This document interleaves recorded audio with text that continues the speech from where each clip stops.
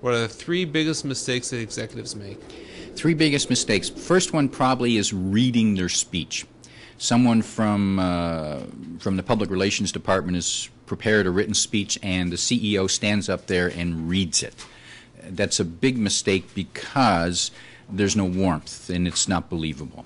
The only time you should ever read a speech, there is an exception, if the lawyer says read it this way, read it that way. Okay, so reading a speech, that's a tough one, and there's no connection to the audience. What's the second biggest mistake?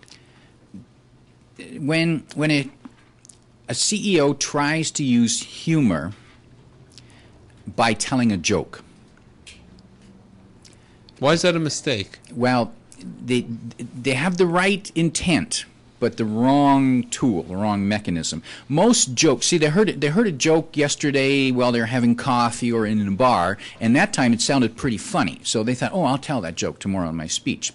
Why it's wrong is because, one, to deliver a joke on stage takes a whole skill set in itself. Stand-up comedians rehearse, and they still bomb every once in a while. Now, we've had Dave Broadfoot on the show. We've Paul Huschild. He's coming up in a week or so.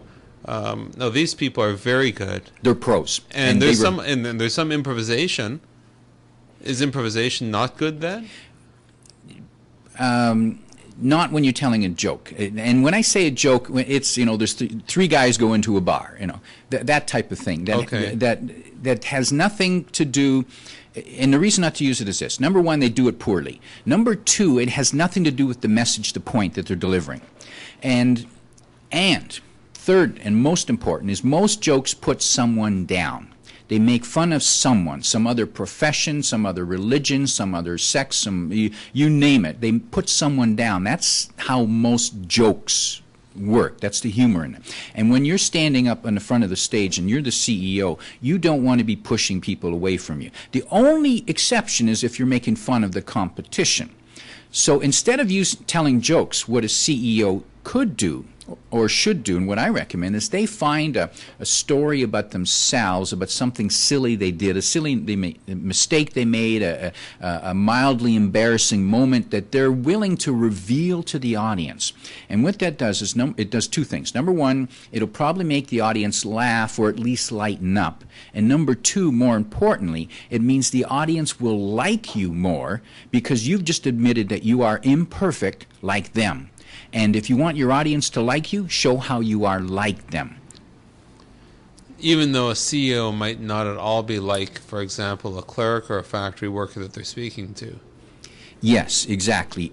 But it's the secret is to find ways that you are like them. So, and the easiest way is to show, well, two ways. One is to show that you're imperfect, you have imperfections, you tried something that didn't work. Now, don't make a joke, CEO, don't tell how you messed up the business plan. That's not what the factory worker wants to hear. No, you might tell a joke how one of your hobbies is cooking and how you burned the pot on the weekend. You were cooking spaghetti and you burned it.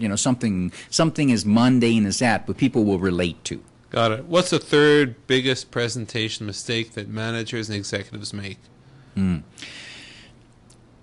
Not looking at the people they're talking to.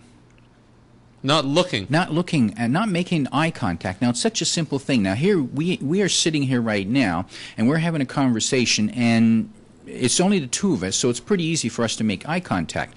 But the CEO, if you're talking to your staff of 20 or 200 or 2,000, everyone in that audience expects you to look at them at some point in time. This is a problem, because even if you're in a small group situation, 10 people, when I'm looking at you, for example, that means that I cannot be looking at somebody else. Hello there, and you're off to the side. So how do you deal with that? Where should your eyes actually be looking? Or should they be constantly scanning? Well, not scanning, and not scanning in the sense of where you're doing this kind of thing, kind of just moving all around like a blip on a Pong game type of thing. No. Instead, what your eyes should move is they should move in short little jumps. So you look, and the best thing to do is to move your eyes around the audience in imperfect X's. Draw X's with your eyes. So look at someone down here near the front of the room, look at someone over there to the right, someone over there but midway, as you deliver a phrase to them. Now do it so that your eyes don't appear to be darting, but that you're simply moving them, and you coordinate your eye movement with your phrases. And then it looks natural. And that way, if you have made contact with someone, eye contact directly, at least once, maybe a few times, then they forget the times that you weren't looking at them.